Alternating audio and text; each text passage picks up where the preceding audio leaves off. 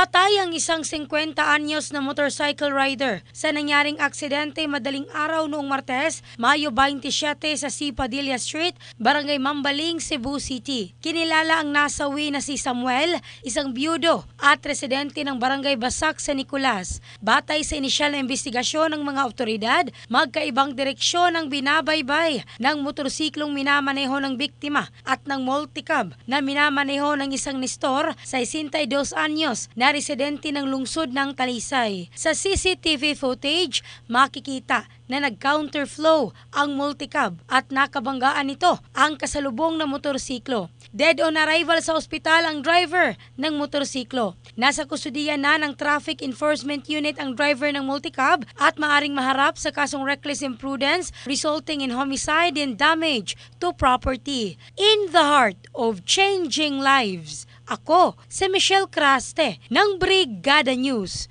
Philippines, the Music and News Authority.